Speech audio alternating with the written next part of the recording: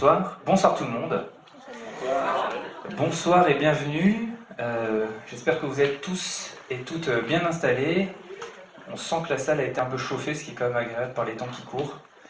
Il reste 2-3 petites chaises devant, s'il y en a qui veulent se rapprocher. Voilà, on va commencer avec le petit quart d'heure de retard de politesse, n'est-ce pas? Avant de commencer, je voudrais vous remercier tous d'être venus, de vous être prêtés au jeu. Donc merci à tous de vous intéresser à ce sujet d'actualité, de vous être déplacés.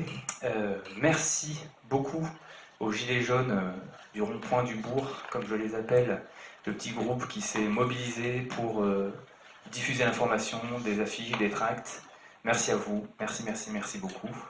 Merci au maire de La Capelle et à la mairie de La Capelle qui nous met à disposition cette salle pour ce soir, pour nous permettre de vous présenter cette petite conférence. Merci aux élus qui se sont déplacés. On m'a dit qu'il y en avait quelques-uns dans la salle. Ils sont là plus ou moins incognito parce que je ne les connais pas. Mais j'imagine que eux se connaissent. Voilà, c'est le secteur un peu là-bas apparemment. Merci à vous d'être venus. Merci beaucoup pour votre intérêt. Et merci à celles et ceux qui sont venus avec un micro, une caméra et qui jouent la presse, les médias de ce soir pour communiquer, diffuser un peu ce qu'on va vous raconter. Éventuellement, vous pouvez mettre vos téléphones sur vibre si vous en avez envie. Alors en fait, on en est à notre troisième petite conférence. On va commencer par se présenter, voilà, pour faire un peu connaissance. Donc moi je m'appelle Samuel, j'ai 35 ans et j'habite dans la région depuis à peu près 8 ans, sur Plagnoles, et je suis lillois. Je viens de Lille et je suis dessinateur de bande dessinée. Voilà en ce qui me concerne. Et je vous présente Florence. Bonsoir à tous. Donc, je m'appelle Florence Courtin. J'étais auparavant architecte écoclimatique sur Figeac depuis 10 ans. Et aujourd'hui, j'ai opéré un grand virage et je suis magnétiseuse et professeure de méditation à Figeac. J'ai 36 ans. Allez, c'est pas grave. Alors, donc voilà notre profil. Autant vous dire qu'on est des conférenciers autodidactes absolus. On n'a pas plus de légitimité que vous sur ce sujet. On a trouvé que ce sujet était intéressant et on a simplement passé une bonne partie de nos fêtes à se renseigner, à passer du temps sur Internet, à lire des articles, à regarder des vidéos, à prendre des notes et essayer de condenser tout ça pour le diffuser, pour parler de cette idée dont on parle beaucoup en ce moment, en essayant de répondre à des questions que tout le monde peut se poser légitimement. Donc merci pour votre attention et merci aussi pour votre indulgence. Nous ne sommes professionnels de rien du tout et nous essayons de contribuer au mouvement général, je dirais. Alors, ce petit parcours, en ce qui nous concerne, après quelques semaines donc, du mouvement des Gilets jaunes, ça provient quand même de là. On a eu envie de se mobiliser. En ce qui me concerne, et je pense que je peux parler aussi pour Florence, mais elle me rattrapera si je me trompe, moi j'ai grandi avec la sensation qu'on avait la chance d'être dans un pays qui était avec beaucoup de qualité, on va dire. Bref. Mais avec aussi pas mal de choses à revoir, et depuis tout petit, moi je rêve du jour où on pourrait réécrire, réinventer en profondeur, si possible, pour amener davantage de répartition des richesses, par exemple, de justice, enfin, ce genre de choses. Et avec le mouvement des Gilets jaunes, j'ai eu la sensation, pour la première fois de ma courte vie de 35 ans, qu'il y avait un mouvement avec assez de mobilisation pour peut-être permettre justement le grand changement que je pouvais espérer. Donc du coup j'ai eu envie d'y participer et ça a commencé en allant sur Figeac, en proposant de discuter avec les gens qui passaient, et assez rapidement avec Florence, avec quelques autres amis, on a eu envie de se renseigner, de travailler plus sur l'information plutôt que sur l'action. Donc on s'est polarisé sur ce sujet. Très rapidement on a vu le sujet du RIC qui semblait intéressant. C'était encore pas forcément si populaire que ça à l'époque, mais ça avait déjà émergé. Et on a notre premier réflexe, parce qu'on est pas mal branché sur ordinateur, ça a été de créer un groupe Facebook qui s'appelle Référendum d'Initiative Citoyenne, tout simplement, sur lequel on ne postait que des articles ou des sujets en rapport avec ça. ce qui nous a permis de commencer à prendre un peu des infos. Et un peu plus tard, on a organisé dans notre cercle d'amis, avec une dizaine d'amis, une petite soirée où on leur avait préparé une sorte d'exposé pour leur expliquer toutes les infos qu'on avait trouvées sur le RIC, parce que autour de nous, il y avait des amis, des personnes qui étaient intéressées par ce qui se passait, mais qui avaient moins le temps, qui étaient moins, bref, passionnés par la chose. Et on s'est dit, bah, allez, on vous fait un petit résumé, comme ça vous permettra de suivre un peu là où on en est et qu'est-ce qui se passe dans notre pays en ce moment. On a fait cette soirée, mi-décembre, et puis le lendemain, Florence m'a appelé en disant c'était vraiment trop chouette, ça s'est super bien passé, c'était agréable, il faut qu'on fasse ça, mais avec plus de monde, en public, etc., parce qu'il y a quelque chose à faire avec ça.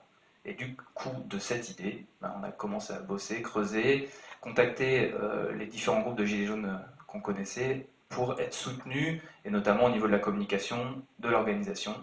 Et c'est comme ça qu'on en arrive ici. Donc on a fait notre première conférence la semaine dernière, vendredi à Figeac. Il y avait plus de 75 personnes, ça s'est très très bien passé. Et la deuxième partie était presque plus intéressante, je dirais même plus intéressante, importante que la première. Et on l'a fait le lendemain à Brive, où il y avait une centaine de personnes. Et c'était tout aussi agréable. Donc en fait, je suis aujourd'hui très heureux, encore plus, de vous accueillir, parce que de prime abord, je sais qu'on va passer un bon moment, au moins enrichissant, intéressant. Alors, je nous le souhaite. Voilà un peu tout ça. Je dis mes notes pour ne rien oublier. Cette conférence porte sur le RIC, mais évidemment, peut-être pas évidemment, j'en sais rien, mais nous, on trouve que c'est une bonne idée. Donc, les infos qu'on a été chercher, on les a creusées, on essaie de faire en sorte de vous amener des infos qui soient de qualité, qui soient vérifiées, mais on n'est pas dans une démarche d'impartialité absolue, etc. Notre objectif, c'est surtout de défendre cette idée-là. Donc, on annonce cette démarche et on vous invite tous, dans la mesure de vos envies, d'aller ensuite vous renseigner, vérifier, creuser après cette conférence ce sujet pour que vous puissiez vous l'approprier autant que possible. Il reste une chaise ici et une chaise là et une chaise là-bas.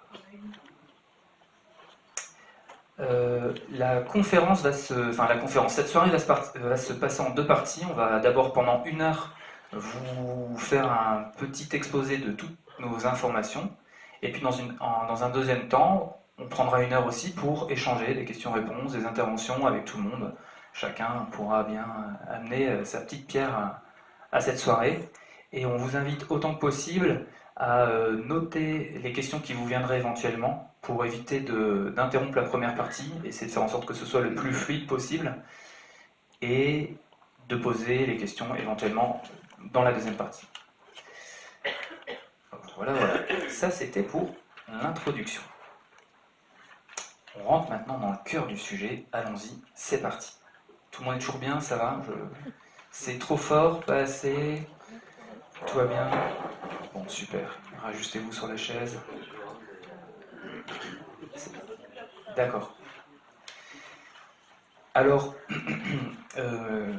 moi, comme j'avais jamais fait de conférence, je me suis dit, tiens, c'est une conférence, comment on la commence une fois qu'on a fait l'introduction, etc.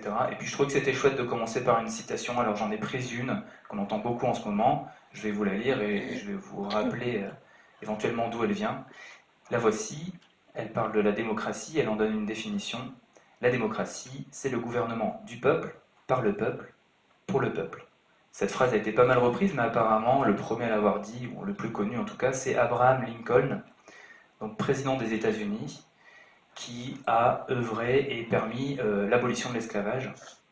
Donc je trouve que cette phrase est assez historique, assez importante. Et pour la petite info, et vous verrez que forcément ça va rebondir sur les propos qu'on aura par la suite, pour abolir l'esclavage, il a fallu qu'il réécrive et touche à la Constitution.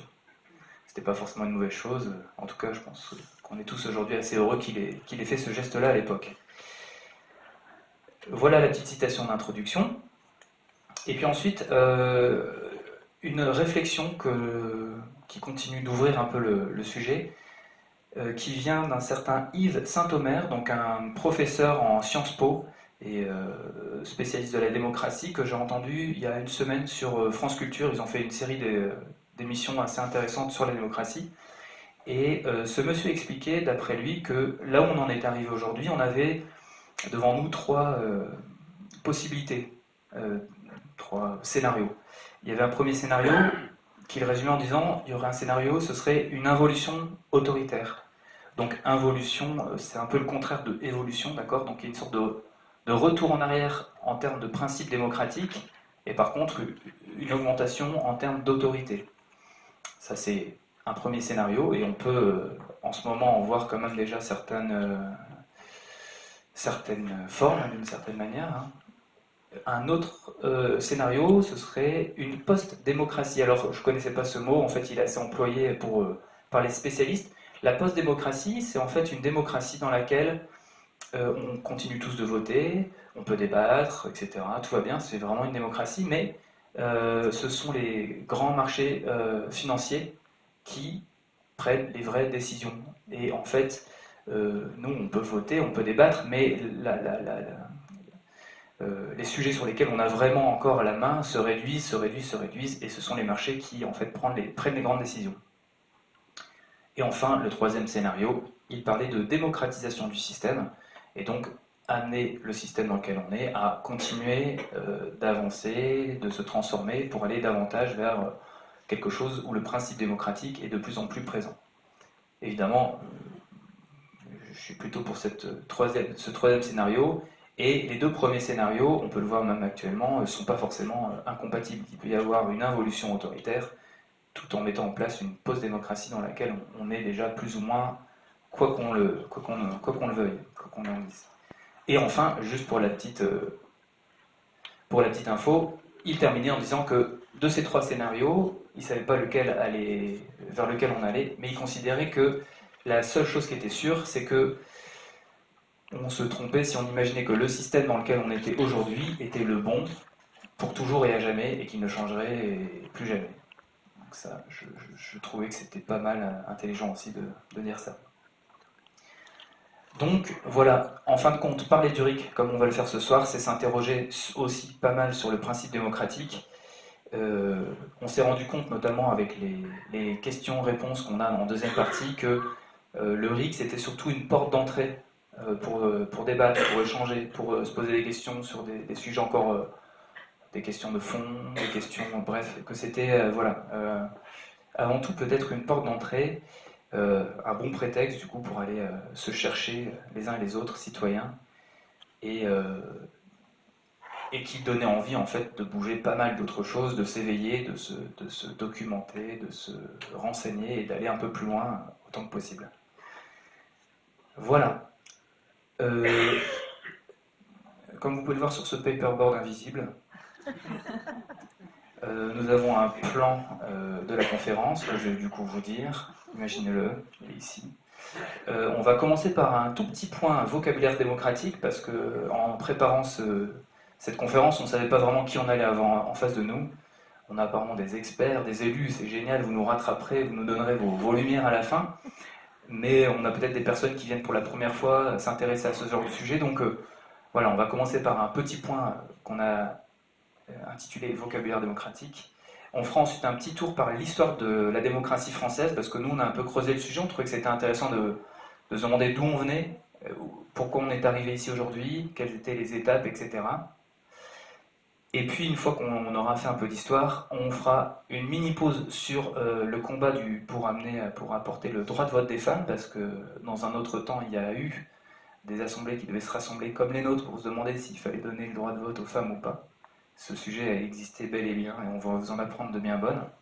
Et puis enfin, une fois qu'on aura on aura posé un peu les bases, on rentrera dans le vif du sujet, et on vous expliquera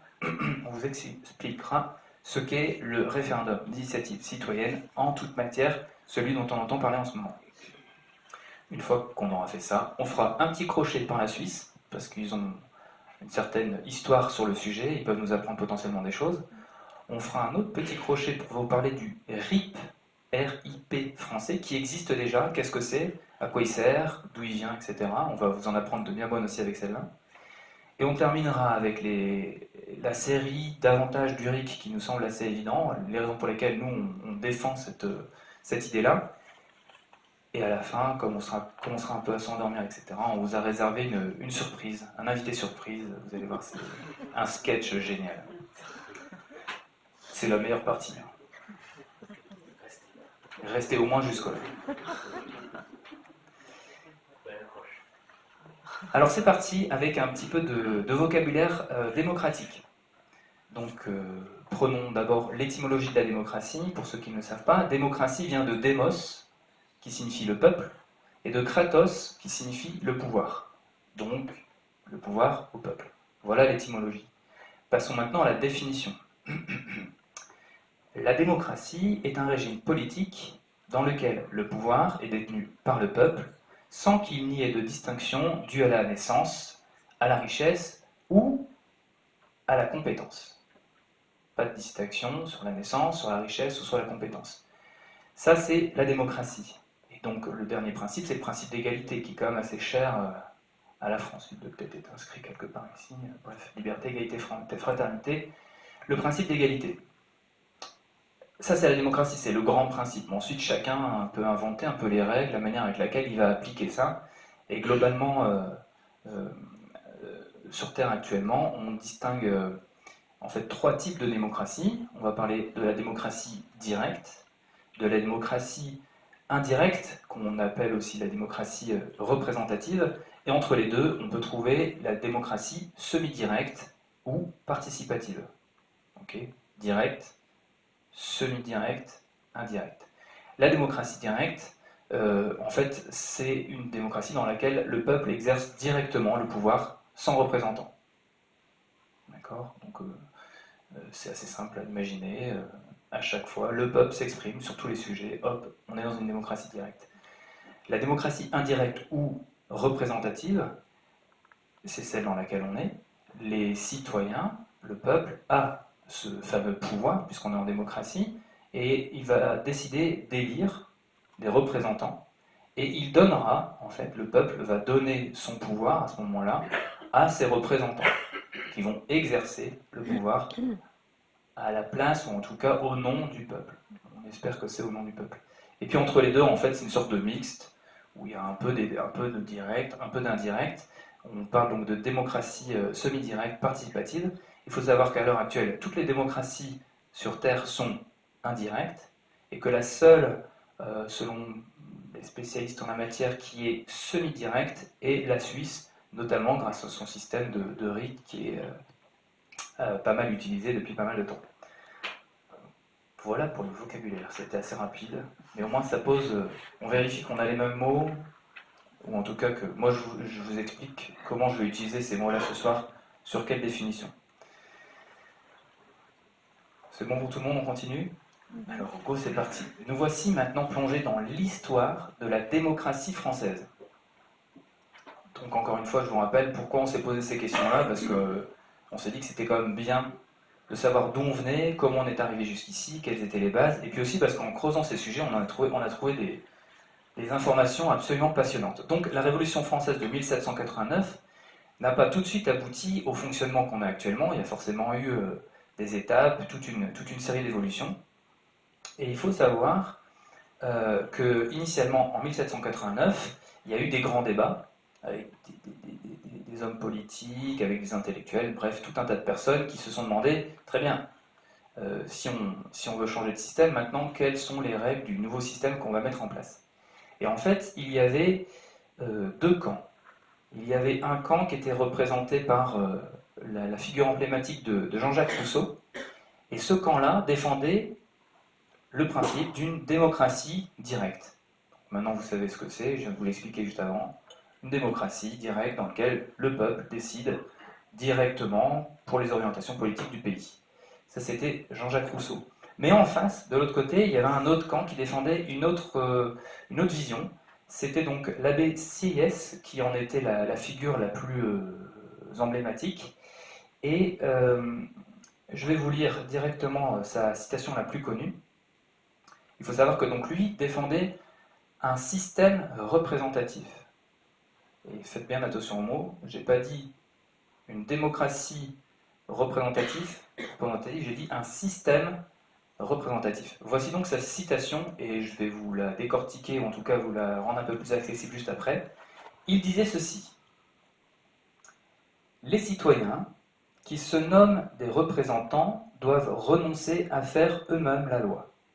Ils n'ont pas, ces citoyens, n'ont pas de volonté à imposer.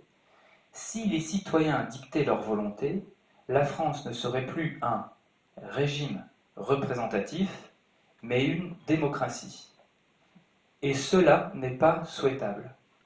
Cela n'est pas souhaitable. » Donc à l'époque, on avait ces deux camps. Jean-Jacques Rousseau qui défendait la démocratie directe, et de l'autre côté la BCIS qui défendait un régime participatif et qui affichait de façon absolument officielle et ouverte le fait qu'il était contre le principe démocratique. Il considérait que ça n'était pas une bonne idée.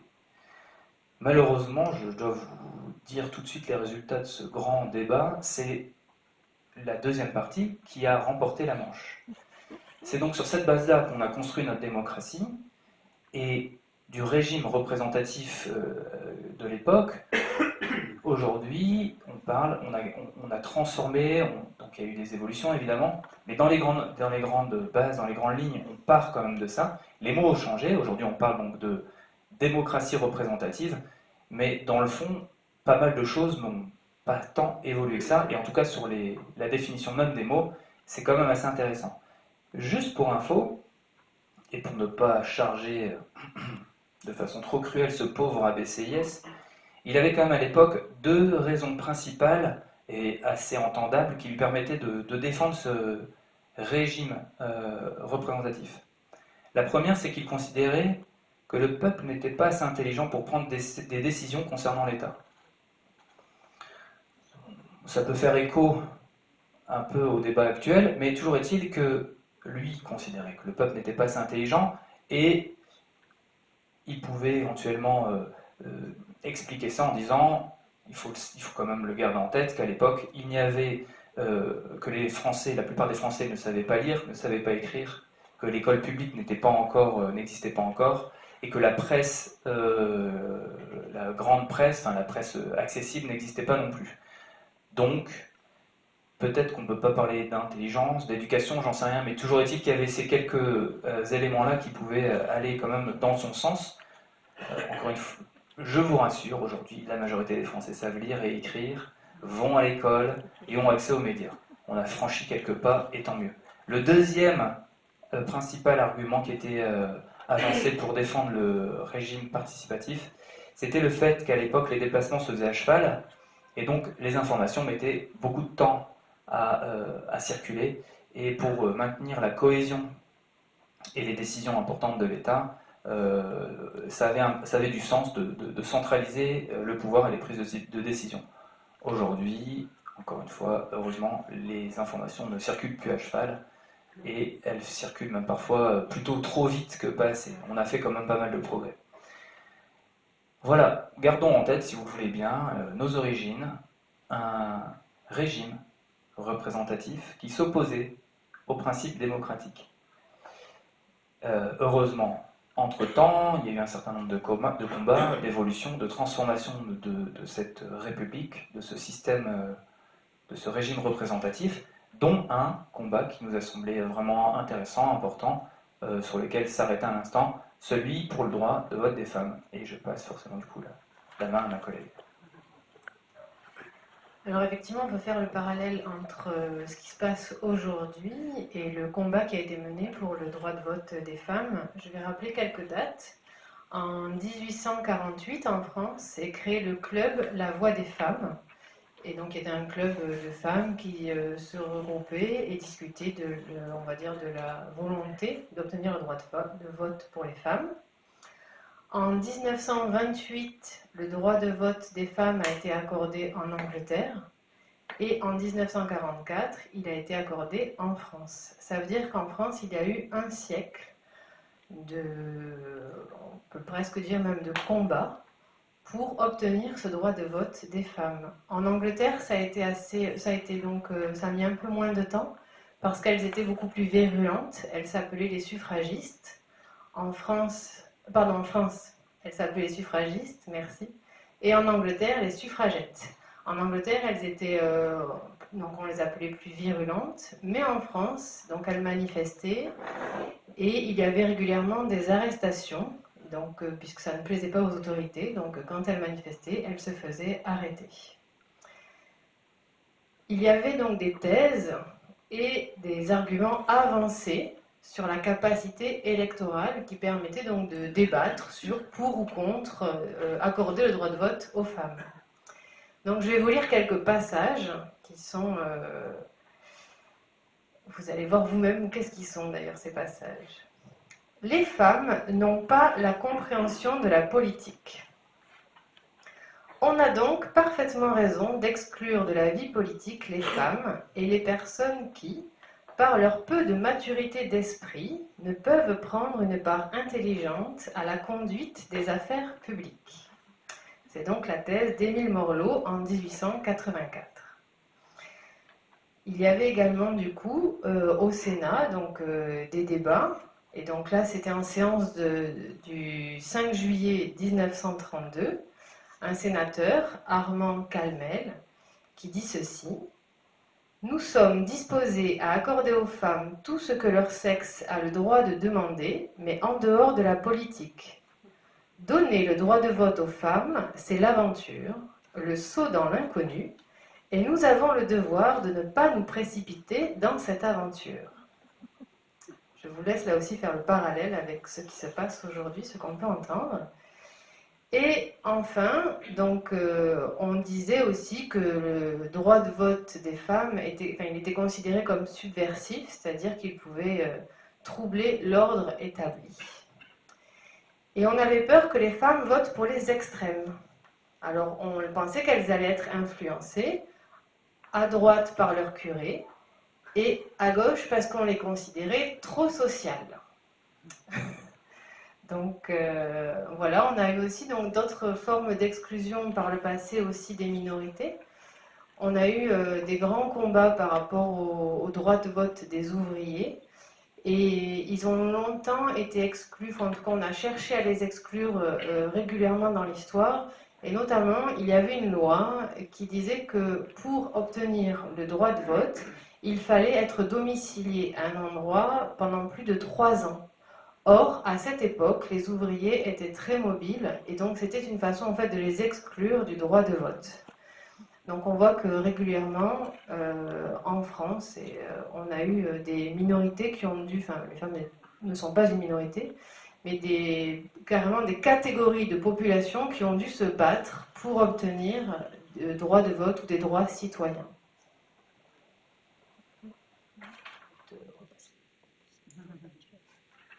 Tu continues pas sur le rythme normalement?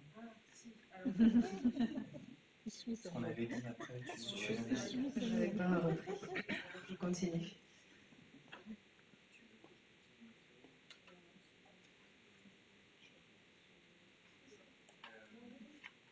Je continue. Ah non, mais t'as raison, excuse-moi. Voilà, on avait fait une première version, on l'a corrigée, et maintenant on s'en met les pinceaux entre les deux versions. Donc maintenant que vous savez tout ça, je vais attaquer, ça y est, pour de bon, le RIC. Vous êtes quand même venu ici pour ça ce soir, en principe. Et je vais essayer de vous résumer tout ce que j'ai lu, appris, compris, validé sur le RIC. Alors, on parle du RIC, donc le référendum d'initiative citoyenne, en toute matière. Qu'est-ce que c'est? Le RIC en toute matière, c'est aujourd'hui la principale revendication des Gilets jaunes, parce que son objectif, c'est de redonner au peuple le pouvoir de façon démocratique, directe, intelligente et vraiment aussi constructive que possible. Nous, si rapidement on s'est intéressé à ce sujet, c'était aussi en voyant la longue liste des revendications des Gilets jaunes, qui pour la plupart, moi, me semblaient vraiment complètement valables, dans lesquelles je me reconnaissais, et je cherchais le point commun, le dénominateur commun. Et quand j'ai vu le RIC apparaître, je me suis dit, c'est là qu'il y a quelque chose qui se passe. Parce que tant qu'on est en train de revendiquer, en fait, on ne fait que demander. On demande, s'il vous plaît, pouvez-vous faire ceci et cela? Le RIC, en tout cas tel que je le comprends, tel que je le reconnais, c'est un mécanisme qui permet de redonner aux citoyens, au peuple, à nous tous, la possibilité non plus de quémander ceci ou cela, mais de pouvoir mettre en place des des décisions, des lois, si elles nous semblent intéressantes, intelligentes. Donc, simplement, le système du référendum d'initiative citoyenne, le plus important, j'allais dire, c'est initiative citoyenne. Ça signifie qu'on n'a pas besoin d'attendre que nos élus se demandent qu'est-ce qu'on pense sur tel ou tel sujet en proposant un référendum ou en voyant un peu les résultats de vote. Non, de l'initiative de nous tous ici, on peut se rassembler, on dira il y a vraiment un problème en ce moment au niveau local, au niveau national sur tel ou tel sujet, on est assez nombreux à penser ça, on va travailler, on va proposer un référendum, et je vais vous expliquer de quelle manière ça se passe, et ensuite, la personne qui va donner suite et répondre à cette question que on aura souhaité poser, ce ne sera pas un élu, ce sera l'ensemble du peuple. Donc on est sur un principe où nous tous, on peut mettre en place une question, hop, et cette question, eh ben, c'est nous qui répondons.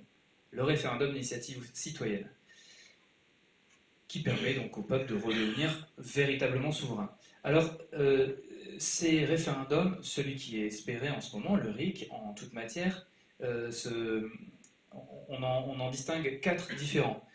On les appelle législatifs, abrogatoires, révocatoires et constituants. Les 2 premiers permettent au peuple de proposer une loi. Donc on réfléchit très fort, on pense qu'il faudrait faire ceci, cela, hop, on veut proposer une loi.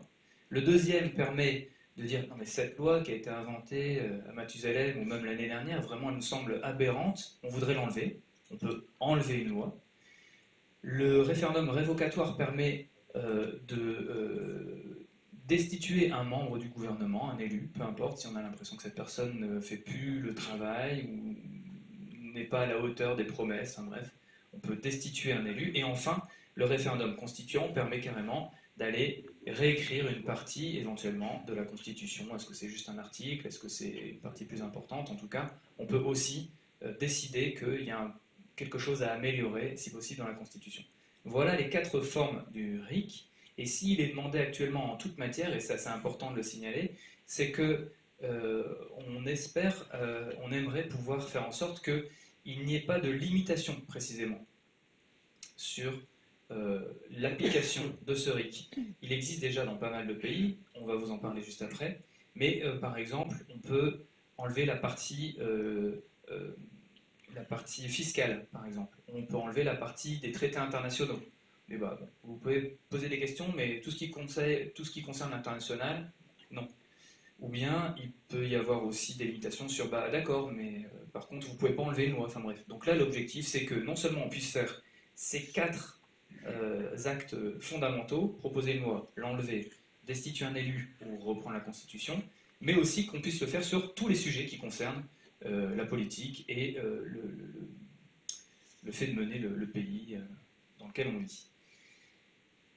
Les étapes du RIC, concrètement, comment ça se passe? Alors, ça commence par la rédaction d'un projet de loi. Donc, on peut considérer, par exemple, qu'il faudrait être minimum une dizaine de personnes, maximum une trentaine, par exemple. Et avant de continuer là-dessus, je précise que cette idée-là, le RIC, n'existe en fait pour le moment. L'idée, c'est de l'écrire précisément, en se rassemblant comme on le fait, en réfléchissant. Il n'y a pas quelque chose qui est déjà tout fait, pof, c'est un RIC. En fait, il en existe dans plein de pays avec des règles, des fonctionnements différents. Et la question la plus importante qu'on a à se poser en ce moment, c'est déjà, est-ce qu'on valide ce principe-là? Est-ce qu'on en a envie? Et si on en a envie, il faudrait se réunir, réfléchir pour écrire les règles de ce RIC. Donc ce dont je vais vous parler dans sa façon de faire, c'est ni plus ni moins qu'une proposition. Il n'y a rien d'écrit dans le marbre et l'objectif, c'est plutôt que chacun puisse s'approprier ce sujet. Néanmoins, globalement, voilà comment ça fonctionne. Tout d'abord, on se réunit, un minimum d'une dizaine de personnes par exemple, 30 maximum, et on réfléchit sur quelque chose qui nous semble important. On voudrait vraiment empêcher l'utilisation du glyphosate, on voudrait vraiment faire en sorte que nos élus aient un casier judiciaire vierge, on voudrait vraiment je ne sais quoi. Donc on réfléchit là-dessus, etc. On met en place une proposition, et on fait des allers-retours avec comment on avait appelé ça, avec des experts, en tout cas un organisme d'experts en termes de loi, en termes de constitution, etc., hautement indépendant évidemment, sinon ça ne marche pas, qui nous permet en fait de vérifier que ce qu'on est en train de mettre en place, ça tient la route, Parce que l'objectif, c'est que la proposition qui sera faite, c'est pas juste est-ce que vous êtes pour ou contre ceci, ce serait nous, on voudrait mettre en place telle loi et que la loi en fait soit déjà écrite de manière à ce que quand on veuille donner son avis dessus, on puisse vraiment l'avoir dans sa version définitive. Donc, les citoyens se réunissent, réfléchissent et font des allers-retours avec des spécialistes pour écrire ça de façon aussi claire, construite, intelligente et surtout que ça rentre dans notre façon de concevoir les lois. Une fois qu'on a fait ça, le projet est mûr et maintenant on va aller chercher des signatures. Et on va s'y prendre à peu près comme une pétition. Alors, est-ce que c'est au rond-point? Est-ce que c'est sur Internet? Est-ce que c'est au marché? Est-ce que je fais une conférence comme ça? J'essaie de vous parler du sujet, puis je vous dis à la fin, si vous voulez, et que vous soutenez ça, vous pouvez aller signer la pétition, qui ne sera pas appelée pétition, mais qui en a vraiment tous les mécanismes. Et en faisant ça, on a un temps donné dans lequel on essaye de récolter le nombre de signatures suffisant, fixé par un seuil. Encore une fois, ce seuil, ce serait à nous tous de le définir. Globalement, en Suisse et dans pas mal d'endroits, on s'accorde pour parler d'un seuil de 2%. En France, ça signifierait 900 000 personnes. Et on parle de 2% du corps électoral, des personnes qui peuvent voter en France. Donc 900 000, c'est quand même pas rien. Ça permet de vérifier qu'il y a quand même assez de personnes qui vraiment trouvent que ce sujet est important, intéressant et qu'il faut l'amener en débat public. Une fois qu'on a atteint ce seuil, c'est pas terminé évidemment, ça veut juste dire que le référendum va exister. Et qu'on va donc poser la question, ou ce sujet-là, à l'ensemble des citoyens français qui vont voter dessus et s'exprimer, et en fonction de la majorité qui ressortira, encore une fois, cette majorité peut être aussi définie, est-ce qu'on compte les votes blancs, est-ce qu'il faut un minimum de participation, etc. Autant de questions de précision importantes. Toujours est-il qu'une fois que la majorité qu'on a définie est atteinte, alors la proposition qui a été écrite initialement s'applique de fait. Il n'y a pas à ce que quelqu'un, les parlementaires ou je ne sais qui, valide ceci ou cela. Voilà le mécanisme du RIC. Contrairement à ce qu'on pourrait penser, ou ce que certains laissent croire pour un peu décrédibiliser cette proposition du RIC, l'idée n'est pas du tout de mener l'ensemble de la politique d'un pays par le RIC. Parce qu'effectivement, il faudrait vraiment être très motivé, il y en aurait des centaines et on passerait notre vie à ça. Le fait que nos élus, merci à eux, cogitent, passent du temps, on leur donne du temps, les moyens, etc. pour mener la politique française, c'est dans l'absolu, ça n'est pas une mauvaise chose en soi. Le RIC servirait davantage comme une forme de contre-pouvoir, de vérifier si la manière avec laquelle la politique est menée, quel que soit l'échelon national, local ou autre, ça nous convient, ça correspond à ce pourquoi on avait élu telle ou telle personne. Et si jamais on dirait que hop, la personne est en train d'aller complètement à gauche alors qu'elle avait promis d'aller au milieu, eh ben, clac, on peut la ramener à l'ordre grâce à ce RIC. Voilà, je tourne une feuille. Il y a l'organisation, évidemment. L'idée, c'est pas à chaque fois qu'un référendum arrive, pof, dans 3 semaines, il faut qu'on aille tous voter. En Suisse, par exemple, il s'organise d'une façon très simple. Il y a des sessions de référendum 4 fois par an. Donc 4 fois par an, le peuple suisse est invité à se rendre aux urnes directement, ou bien à voter par Internet ou par correspondance, et il va s'exprimer sur une quinzaine de sujets à chaque fois. Donc on a 4 sessions de 15 sujets en moyenne par an.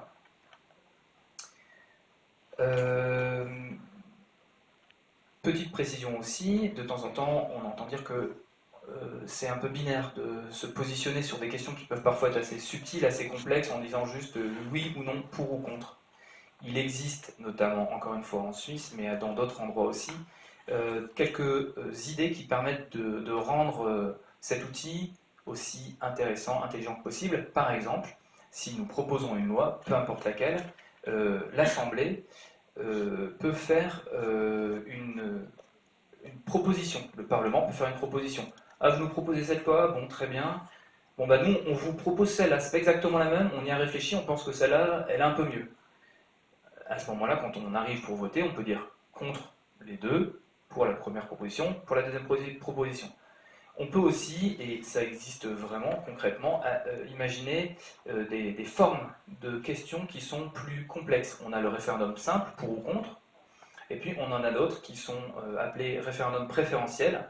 Donc on peut avoir plusieurs propositions et demander de classer par ordre de préférence ces propositions-là.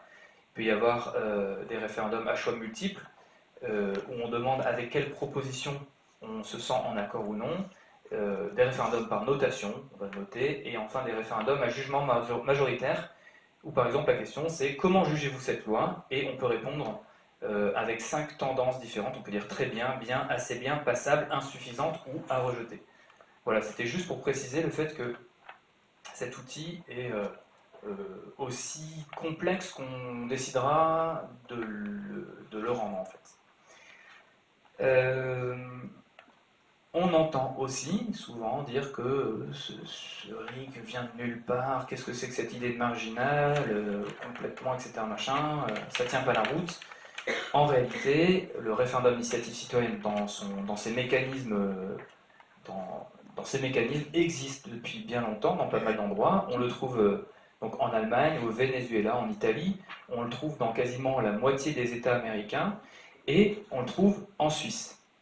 En Suisse, il existe depuis 1848, donc on peut dire qu'il a quand même eu le temps un peu de faire ses preuves, et comme on ne peut pas dire que le pays de la Suisse soit un pays avec de gros problèmes de stabilité, on peut convenir que le RIC ne met pas forcément un pays à terre en l'amenant dans le chaos de l'instabilité politique.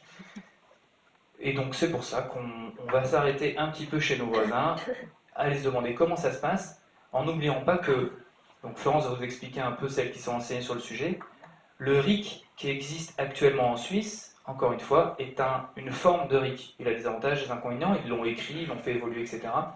Ça n'est pas en tout cas le RIC en toute matière qui est actuellement souhaité par le mouvement des Gilets jaunes.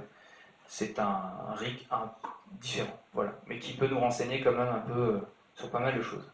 Je passe au Donc le RIC suisse, on l'a vu tout à l'heure, c'est donc un outil de démocratie directe qui est utilisé depuis 1848, donc on a quand même du recul. C'est une forme de pétition, donc là je pourrais faire passer tout à l'heure si vous voulez le regarder, en fait qui se présente comme ça, c'est-à-dire qu'en fait c'est une feuille sur laquelle en haut on va avoir le titre de la loi et la loi qui va être donc écrit. Et ensuite, en dessous, on va avoir des cases pour les signatures. Donc c'est comme une pétition, à la différence que on ne s'exprime pas juste sur une idée, mais carrément sur une loi, avec vraiment un titre de loi. Donc comment ça se passe pour mettre en place un référendum d'initiative citoyenne en Suisse? Donc il y a des étapes qui vont se faire. Tout d'abord, il y a un comité d'initiative de 7 électeurs minimum et 27 maximum qui doit se réunir sous 4 mois et ils doivent soumettre un texte et un titre à la chancellerie suisse. Ensuite, une fois que ça a été posé, ils ont 18 mois pour recueillir 50 000 ou 100 000 signatures en fonction du type de projet. C'est-à-dire que si c'est un projet législatif ou abrogatoire, ils doivent recueillir 1%, c'est-à-dire 50 000 signatures. Si c'est un projet constituant, donc qui modifie la Constitution, à ce moment-là, ils doivent recueillir 2%, soit 100 000 signatures. Ensuite, alors pour recueillir les signatures, ça se passe un petit peu comme une pétition en France, donc ça peut être dans la rue, lors d'une assemblée citoyenne ou en mairie aussi, on peut venir à la mairie pour donner sa signature. Ensuite, il va y avoir donc le dépôt des signatures avec la vérification. Ensuite, l'initiative elle est transmise au Conseil fédéral qui a du coup 18 mois pour la valider. Ils peuvent donc soit l'accepter ou la rejeter. Et ils ont également un autre délai de 12 mois pour faire un contre-projet, donc une contre-proposition, s'ils en ont envie. Et ensuite, on va passer donc au vote. 10 mois maximum après la proposition. J'ai eu la chance de rencontrer une personne suisse à Brive qui m'a remis ceci. J'étais vraiment ravie. C'est une initiative populaire suisse. Donc à la fin, justement, elle est venue me voir et moi je me disais, ah oui, bah, je parle du RIC suisse, mais en vrai, j'ai jamais rencontré de Suisse pour parler du RIC. Et donc je lui ai posé la question, je dis, alors c'est comment le RIC en Suisse? J'avais quand même un petit frisson en me disant, si elle me dit, ah non, c'est trop nul, ça marche pas du tout. Je me serais dit, bon, c'est bien la peine de faire des conférences. Mais il se trouve qu'elle m'a pas du tout dit ça. Elle m'a dit effectivement que le RIC en Suisse était un super outil, que elle, quand elle est arrivée en France, elle se demandait pourquoi ça n'existait pas en France et qu'il lui tardait de le voir arriver en France. Ce qu'elle m'a confié, c'est que du coup, pour elle, effectivement, il y avait une forme de stabilité. Il y a très peu de manifestations en Suisse et que pour elle, ça fonctionne très bien. Ils sont très habitués, ils se sentent pas bêtes, mais tout à fait capables de prendre des décisions. Donc, elle m'a remis ce petit livret qui est donc ce qu'on leur remet à chaque... donc, eux, ils appellent ça des votations. Et du coup, on voit en fait dans le... Est-ce que tu peux, s'il te plaît, me tourner les pages, ce serait génial. Dans ce petit livret, en fait, donc là, c'est une seule loi qui est proposée dans ce petit livret. Du coup, on a tout. En fait, on a les explications. Il peut même y avoir des petites cartes ou schémas parce que là, ça concerne le mitage. Donc, en fait, une loi sur le... On va même la lire. C'est stopper le mitage pour un développement durable du milieu bâti. Donc, c'est une initiative contre le mitage. Du coup, alors le mitage, c'est en fait le fait que les bâtiments soient essaimés dans le territoire public. Là, en le lisant, en fait, eux, ce qu'ils avancent comme argumentation, c'est que la Suisse est de plus en plus bétonnée. Ils veulent protéger la nature et éviter qu'il y ait trop de bâtiments construits. Donc limiter l'impact des bâtiments dans le paysage. Donc du coup, il y a à la fois la proposition. À la fin, on a carrément le texte de loi. Et on a aussi l'avis et les recommandations du Conseil fédéral. Donc le Conseil fédéral, pour le coup, ils disent non. Et le comité d'initiative, il propose oui. Et chacun explique pourquoi, tout simplement. Donc chacun explique les raisons du pourquoi, du comment. Et moi, ce que je trouve très intéressant, c'est qu'au lieu d'aller dans la rue et de manifester et d'écrire sur des pancartes, on a tout simplement un document intéressant, intelligent, qu'on peut lire, et on n'a pas besoin d'aller faire du bruit avec des casseroles, et voilà, on peut tout simplement travailler comme des citoyens, et voilà, c'est très intéressant. Du coup, comme le disait tout à l'heure Samuel, on va avoir, après les votes vont se faire en mairie, par internet ou par courrier avec des enveloppes spécifiques. Donc on n'a pas forcément besoin de se déplacer puisque ce sont des enveloppes spécifiques qu'on peut donc envoyer.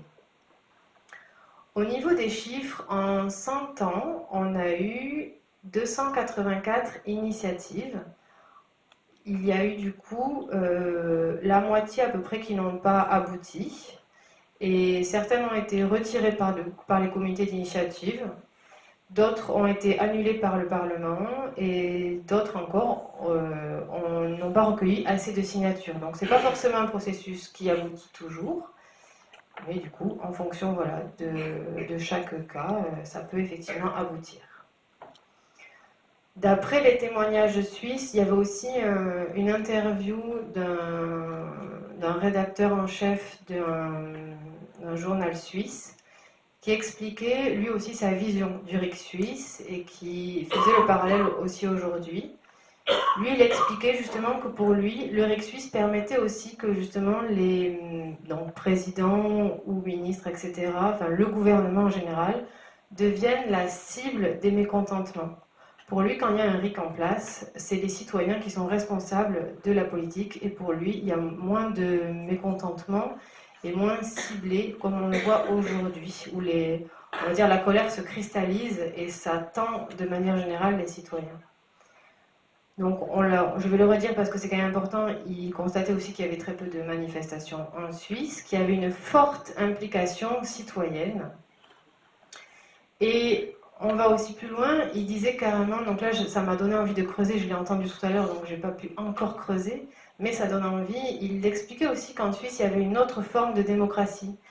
Et il parlait même d'une démocratie qui se faisait plus par le consensus que par les oppositions. Ce qu'il constatait de son point de vue extérieur, c'est qu'en France, il y a beaucoup d'opposition et il y avait pas mal de passages en force. On est un petit peu, souvent, on voit des camps qui se battent.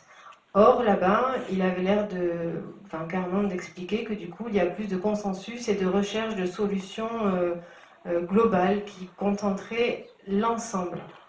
Ça, je me suis dit que c'était vraiment à creuser. Donc, dans les questions qu'on peut se poser justement par rapport au RIC, qu'on voit se développer là, c'est est-ce qu'il faut rendre le vote obligatoire? Parce qu'on voit aussi que si simplement 30% de la population s'exprime sur un sujet, est-ce qu'on peut considérer que toute la population est bien représentée? Donc ça, on peut se poser des questions. On peut aussi se poser les questions de la reconnaissance du vote blanc. On peut aussi se poser la question du minimum de pourcentage obligatoire, donc il faut qu'il y ait un certain seuil pour valider ou non le vote.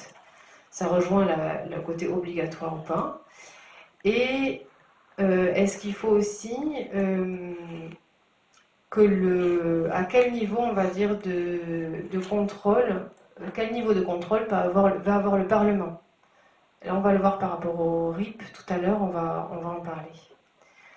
Ce qu'on peut voir aussi en ce moment, qui est fait dans plusieurs villes de France, ce sont des ateliers d'écriture de RIC. Comme disait Samuel tout à l'heure, chaque RIC est à créer, en tout cas le RIC de la France est à créer, puisqu'aujourd'hui il n'y en a pas.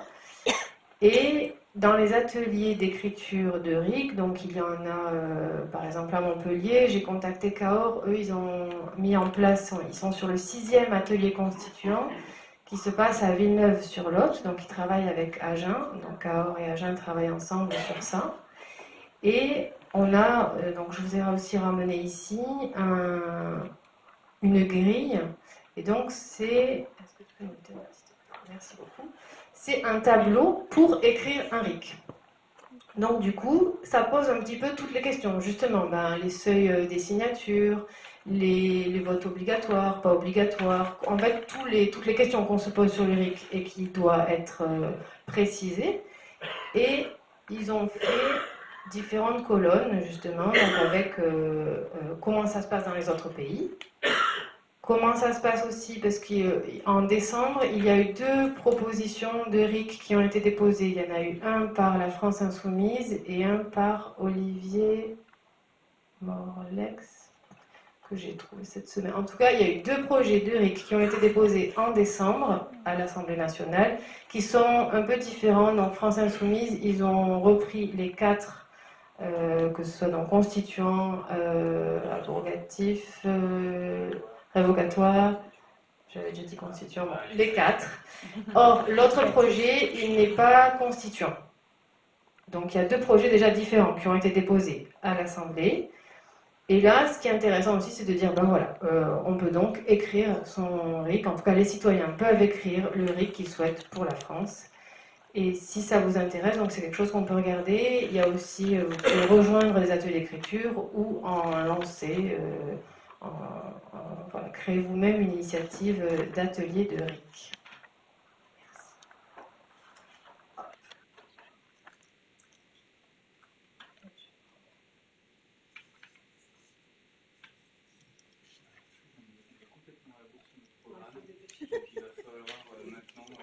Être plus dans une dynamique. Alors on y va, c'est parti.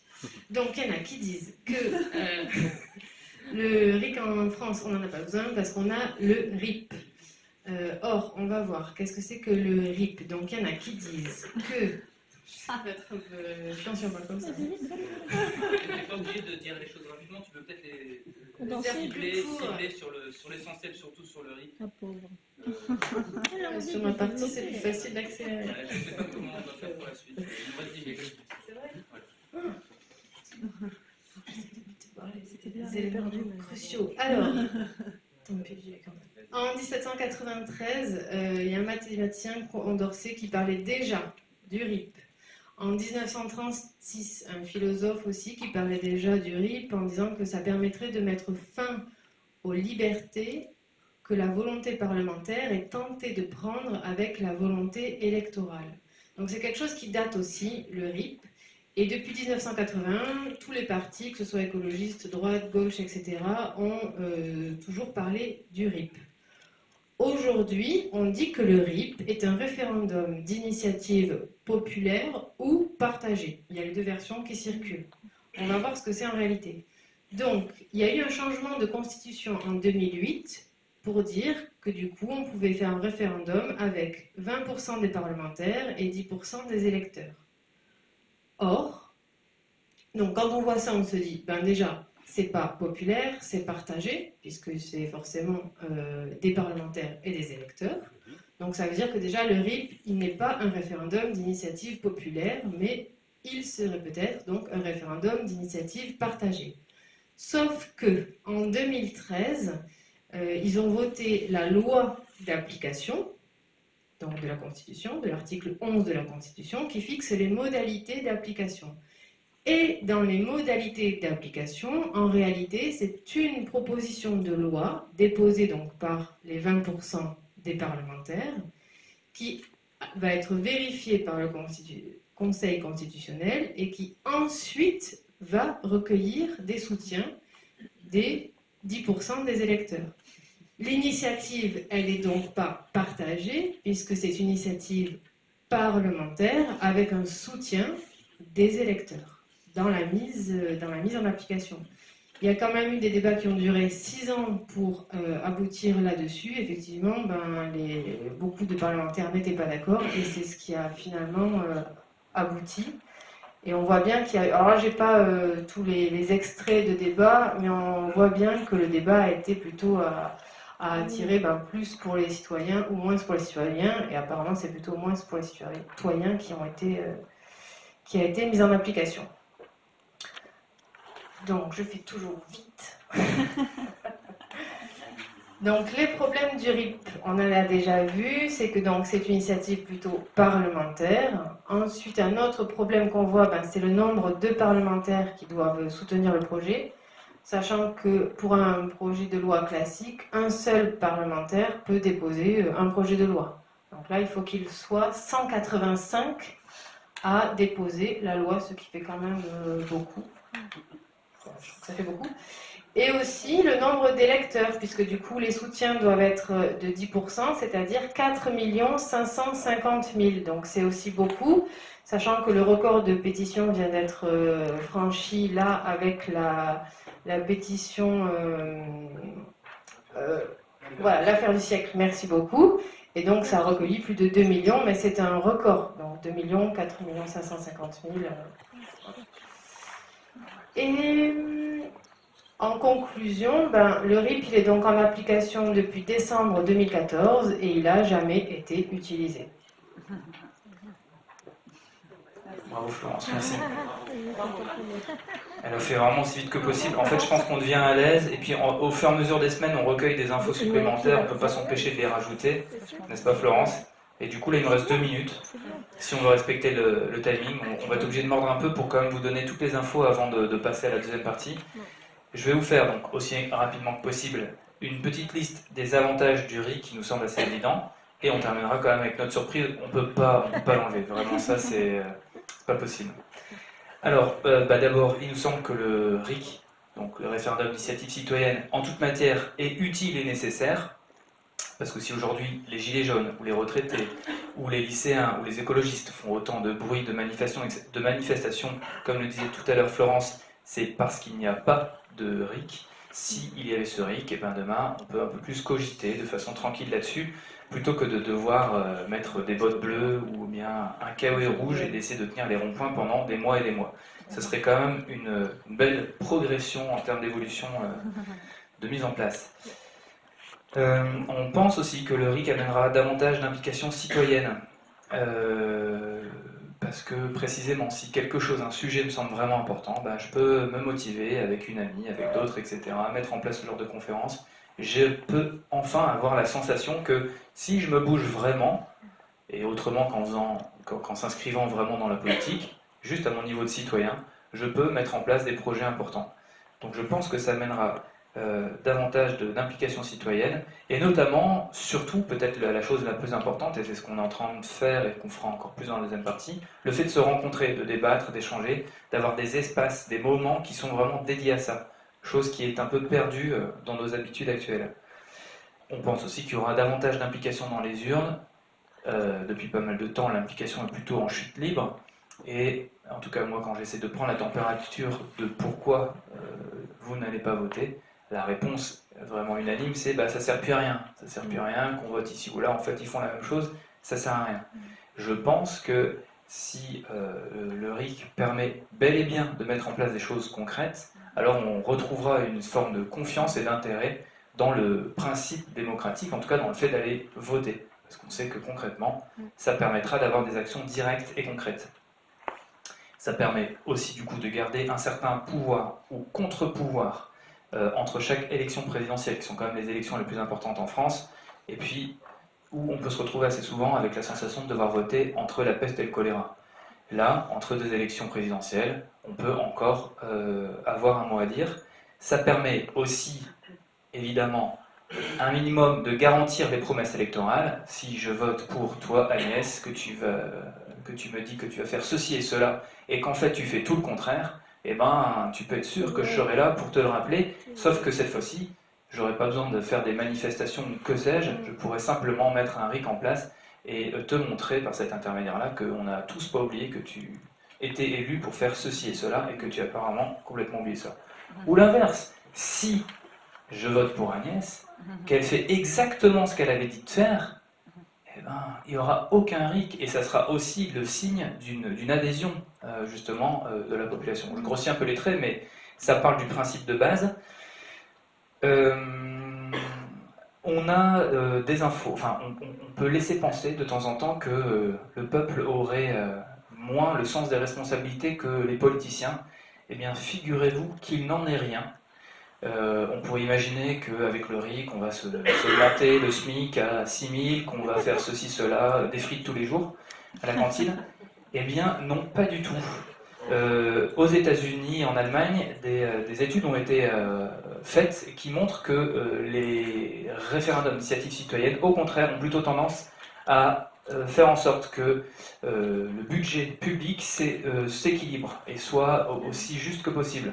Pour la simple et bonne raison que si on fait des dépenses diverses et variées, à la fin, ça reste le peuple qui le paye, soit en perte de services publics, soit avec davantage d'impôts.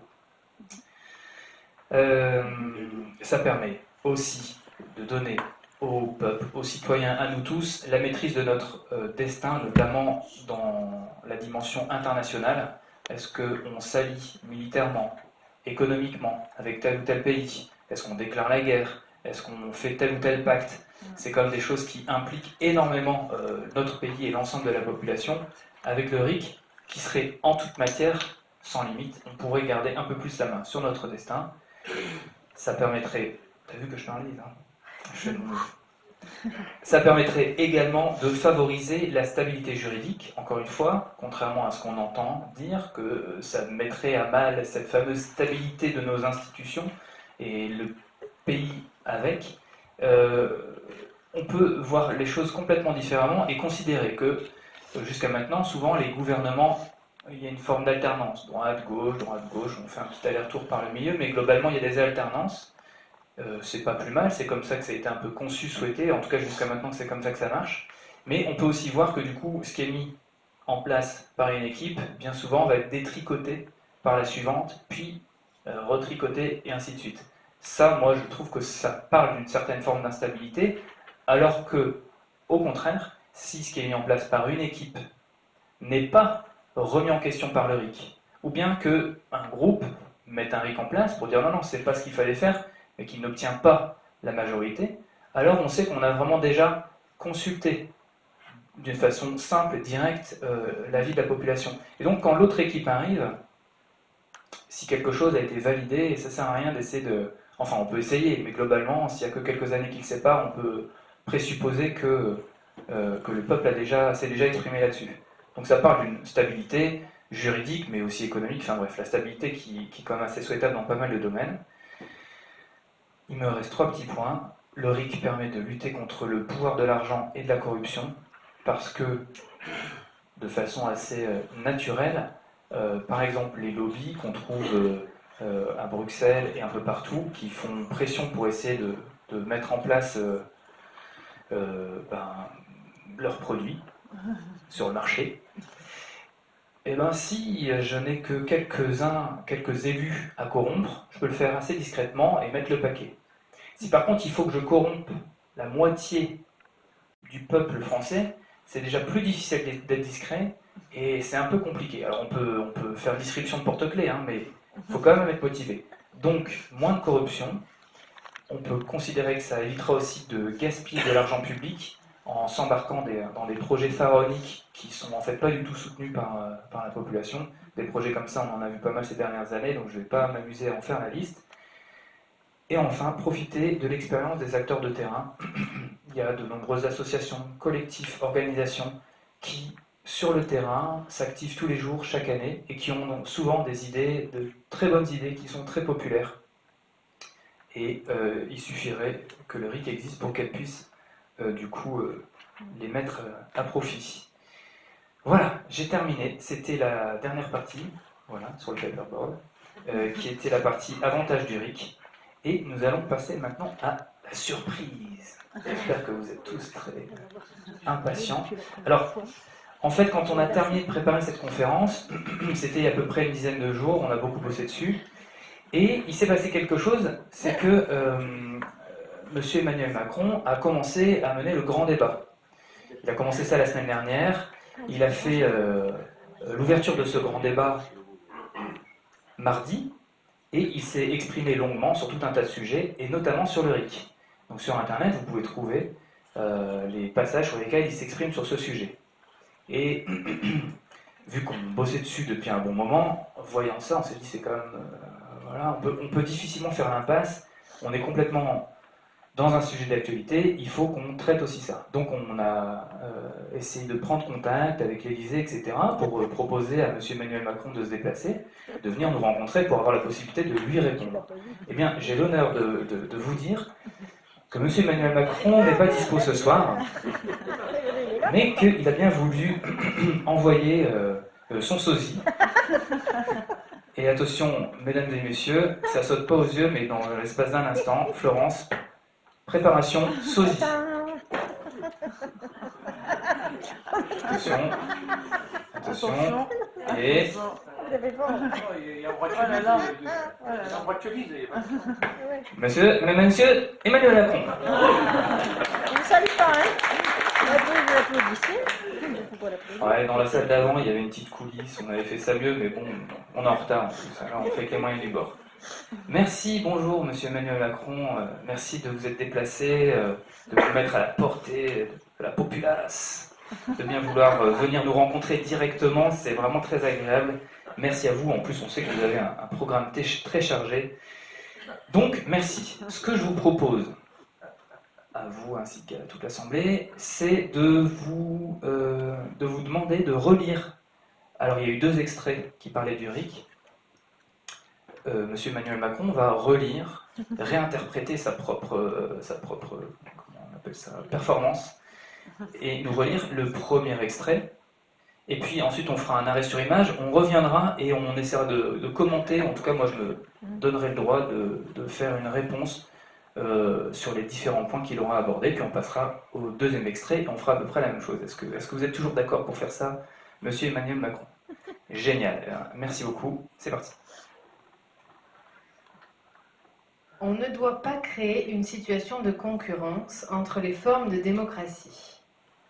Si on crée un référendum d'initiative citoyenne qui chaque matin peut revenir sur ce que les parlementaires ont voté, alors on tue la démocratie parlementaire.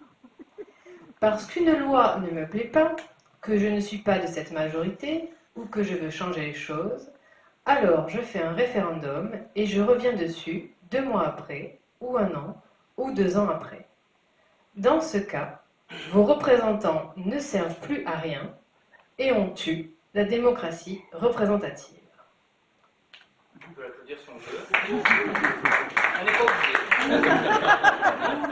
Hop, petit arrêt sur image, je rembobine et je vous demande, Monsieur Emmanuel Macron, de me relire la toute première phrase pour que je puisse vous y répondre. On ne doit pas créer une situation de concurrence entre les formes de démocratie. Super, merci. Alors vous tombez bien parce qu'on a fait toute une soirée sur le sujet, on a parlé de démocratie, donc j'imagine que quand vous dites qu'il ne faut pas créer de concurrence entre les formes de démocratie, on entend entre la démocratie directe ou indirecte, représentative. Super. En fait, moi, là où j'en suis dans ma compréhension, il me semble qu'il est impossible d'avoir une concurrence entre les différentes formes de démocratie. Parce que si on élit nos représentants, et qu'en fait ces représentants représentent la majorité, la voix du peuple, de prime abord, les décisions qu'ils vont prendre devraient coller précisément à celles que nous prendrions si nous avions la possibilité de nous exprimer par une démocratie directe. Donc en fait, il n'y a en théorie aucune raison que ces deux formes de démocratie s'opposent, sauf si malheureusement la démocratie représentative se permet certaines libertés. Et là, oui, il pourrait y avoir une opposition, mais pas de forme finalement, en plus de fond et de fonctionnement. Je vous repasse le micro pour la suite de votre intervention. Si on crée un référendum d'initiative citoyenne qui chaque matin peut revenir sur ce que les parlementaires ont voté, alors on tue la démocratie parlementaire. Merci encore. Donc maintenant on est tous des experts en herbe, en tout cas en ce qui concerne le RIC, et je comprends bien que quand vous dites que le RIC sera utilisé tous les 4 matins, c'est en fait faux, et que vous faites cette affirmation pour essayer de faire croire qu'effectivement, à n'importe quel moment, un RIC tombera, qu'on passera notre temps là-dessus. Mais c'est précisément pour éviter ça qu'on se rassemble, qu'on réfléchit, qu'on essaye de faire en sorte que cet outil soit intelligent, constructif, et que donc il ne soit pas utilisé à tort et à travers. Rassurez-vous, ça n'est pas le projet. Parce qu'une loi ne me plaît pas, que je ne suis pas de cette majorité ou que je veux changer les choses, alors je fais un référendum et je reviens dessus 2 mois après, ou 1 an, ou 2 ans après. Dans ce cas, vos représentants ne servent plus à rien et on tue la démocratie représentative. Rassurez-vous, Monsieur Macron, nous n'allons tuer personne. Donc la manière d'exprimer cette idée laisse penser qu'il suffit qu'une personne ne soit pas d'accord avec une loi pour l'annuler. C'est faux, évidemment, et on le sait bien maintenant. C'est une figure de style qui consiste à déformer une idée pour la critiquer. On n'est pas dupe, on le voit bien joué, mais ça ne marche pas. En réalité, évidemment, c'est seulement si la majorité des Français ne sont pas d'accord avec une loi qu'elle sera annulée, ce qui semble assez légitime. Ainsi, la démocratie représentative dont vous parlez n'est pas tuée et nos représentants sont toujours utiles, mais par contre leurs décisions sont encadrées, comme on l'a vu tout à l'heure, par l'utilisation possible du RIC et la concertation entre les syndicats, les citoyens, etc., qui sera fortement encouragée. Voilà, donc quel que soit le parti majoritaire, il réfléchira à 2 fois avant de proposer une loi s'il sait que celle-ci n'est pas soutenue par la majorité des Français. Je commence à me répéter, mais au moins l'idée sera bien installée. On va passer à l'extrait numéro 2, qui est sympa aussi, vraiment, qui est sympa. Allez-y. Je pense qu'il faut qu'il y ait de l'expression citoyenne. Mais je pense qu'il ne doit pas y en avoir sur tous les sujets. Parce que parfois, ça peut nourrir la démagogie. Je pense que quand il y a une décision difficile à prendre, ce sont souvent les représentants qui la prennent. On prend rarement les décisions difficiles par un référendum. On peut prendre des décisions populaires, mais rarement difficiles. Or, notre pays a aussi besoin de prendre des décisions difficiles. Allez, je vous rembobine et repartez par le début parce que c'était vraiment captivant. Je pense qu'il faut qu'il y ait de l'expression citoyenne. C'est super. Génial.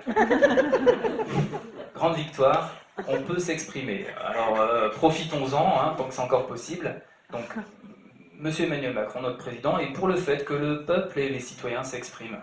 C'est très chouette. Les mots sont importants. Expression citoyenne n'est pas encore, à l'heure actuelle, décision citoyenne. Il y a je m'exprime, je parle, je suis écouté, entendu ou pas, je ne suis pas encore en train de décider. En tout cas, vous êtes pour l'expression citoyenne, merci.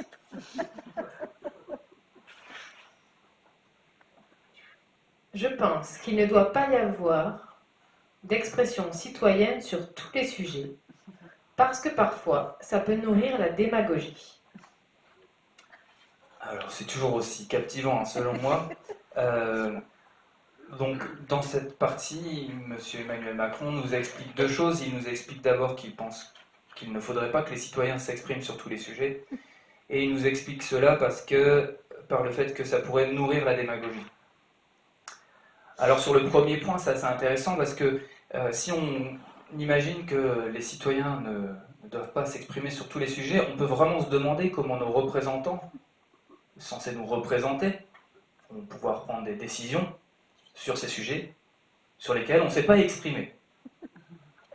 Il y a un souci, même dans notre démocratie représentative. Est-ce qu'ils vont l'inventer, prendre la température, je ne sais pas comment ils vont faire, mais ça risque de poser un problème.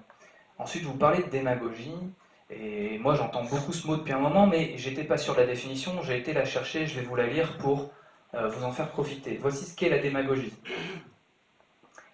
C'est une politique par laquelle on flatte les masses en s'adressant à ses pulsions, à ses frustrations et à ses craintes pour gagner leur adhésion sans nécessairement chercher l'intérêt général.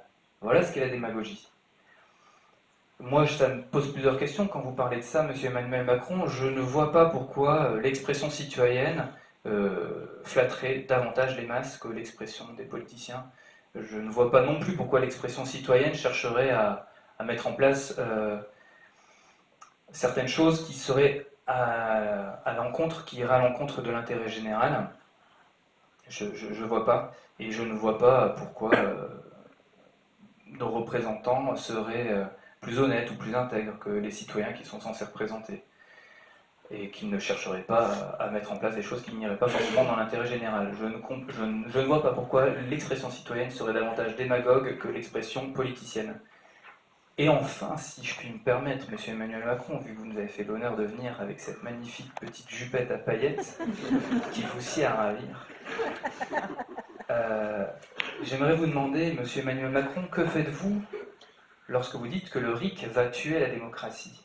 Que faites-vous lorsque vous dites que le RIC sera utilisé tous les 4 matins? Et que faites-vous lorsque vous dites qu'il suffit de mettre en place un RIC pour enlever une loi? Que faites-vous si ce n'est en fait jouer sur les craintes des masses et donc faire de la démagogie?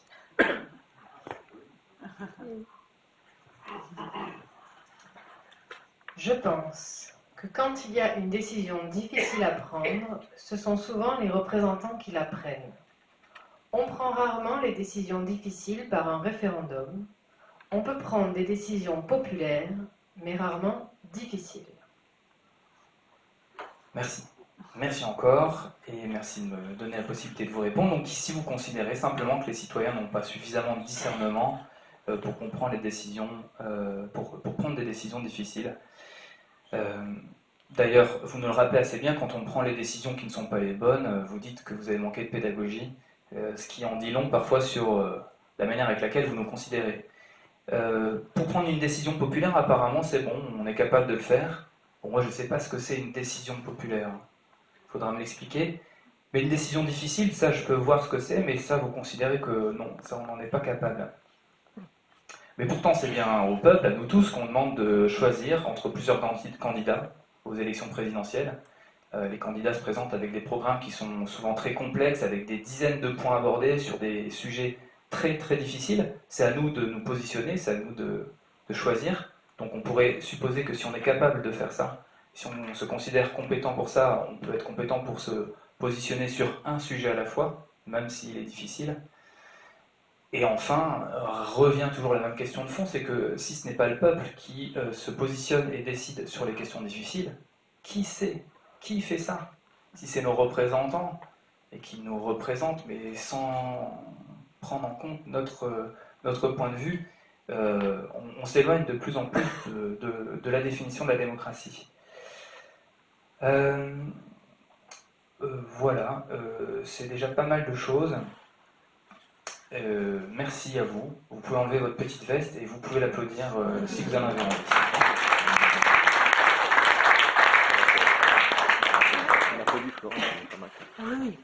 Voilà, on se rapproche de la deuxième partie. On essaye de continuer de garder la cadence pour ne pas terminer cette soirée trop tard. Vous l'aurez compris, le RIC, le référendum d'initiative citoyenne en toute matière, n'est pas un outil miracle, c'est un outil, comme une pelle, un marteau, n'importe quoi, c'est un outil et il sert à rien si on s'en sert pas.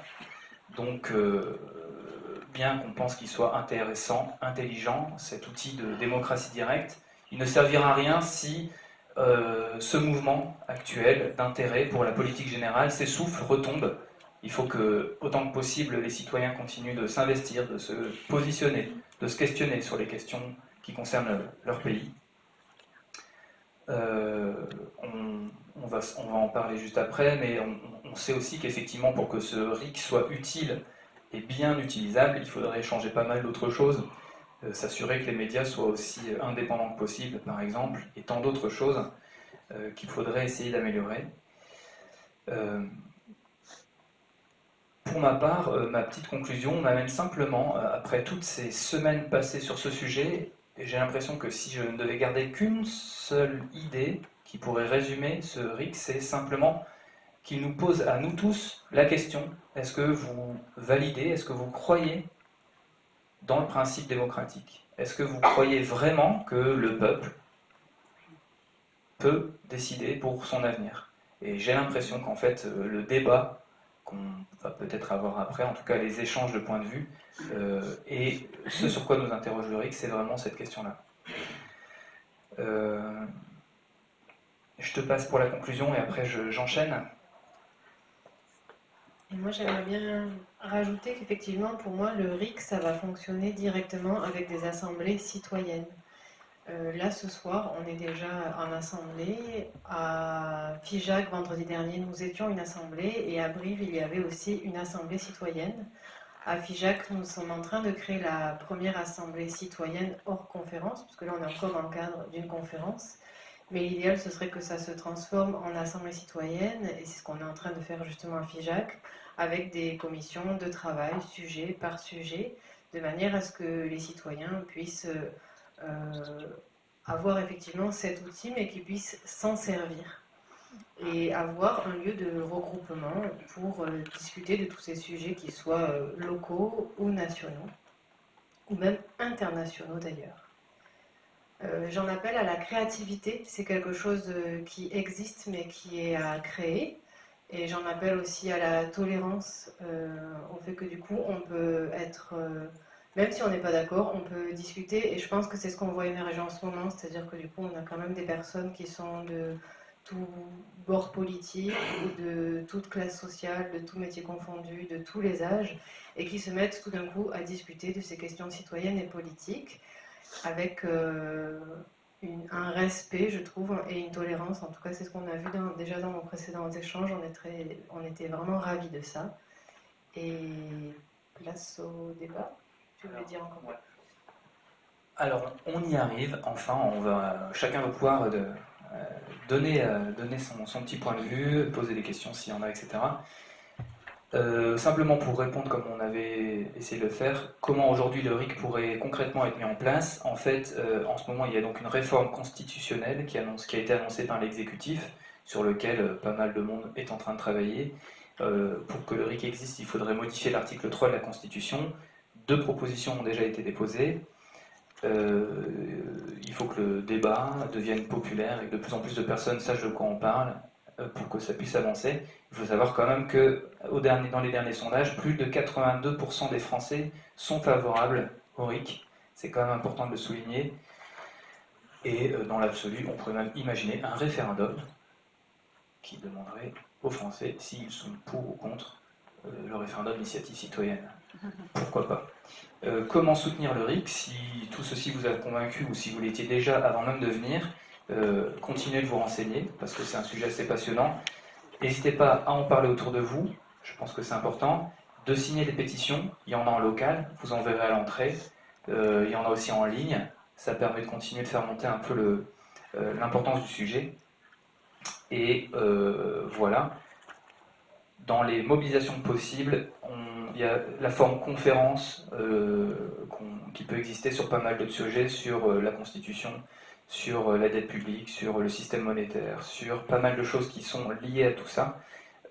Comme Florence vient de vous le dire, il y a aussi des ateliers d'écriture sur l'ERIC, sur la Constitution, qui tournent de plus en plus en France. Et en fait, il suffit juste d'avoir envie de l'organiser pour le faire. Il n'y a pas besoin d'un diplôme pour ça, évidemment.